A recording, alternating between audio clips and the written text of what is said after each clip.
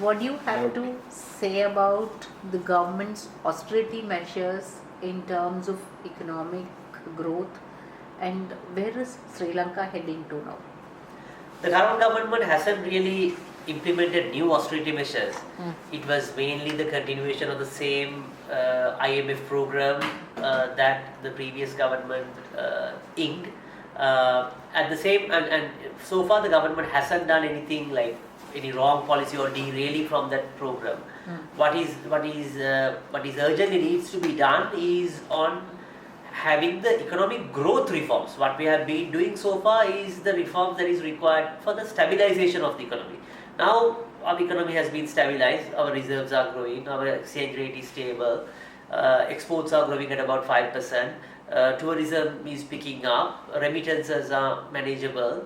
So it's stable. Economic growth is at about 4.8% in the first quarter of 2025. Last year we had 5% economic growth. So overall it's stable. Indicators are looking positive.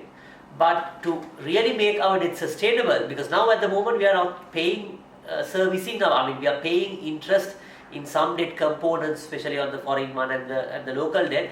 But it is the main bullet payments and the real payments comes after 2028. Afterwards. So by then we have to have the economy grown adequately to absorb the new debt. So that's where we have to do the growth reforms. So do you think the growth reforms have already started, or you're still facing challenges? Government is fairly, I think they could have done better. It's not even like, it's almost about a year and they had the budget in the middle of the process, so everyone is eyeing for the budget that is coming up in November, which sort of growth reforms that the government is planning to bring forward. So far we didn't see like many growth reforms. It's mainly the continuation of the same stabilization program, which is also important that they did not do any mistakes. But the real challenge is to really get to the growth reforms, that is on the land reforms to attract investors. And on the digitization, government has taken certain steps, but I think it has to be accelerated.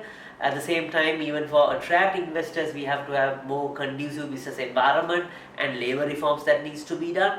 On energy, as a think tank, we have concerns on there were recent amendments that being brought in, which in our view will not be able to attract the necessary investment for reforming the electricity sector, but they have moved forward. I mean, they have been continuing pretty much with the previous government's amendment, but there were additional amendments which is keeping the entire ownership under the government purview, and the government is planning to invest. Our main concern was the government really do not have deep pockets to invest about 5-6 billion US dollars, because our reserves are also at about 6 billion level. So for a government to invest about 6-7 billion dollars, it's not easy. And without reforming the electricity sector, energy sector, it's very difficult to improve your exports and make your foreign investments and FDIs competitive.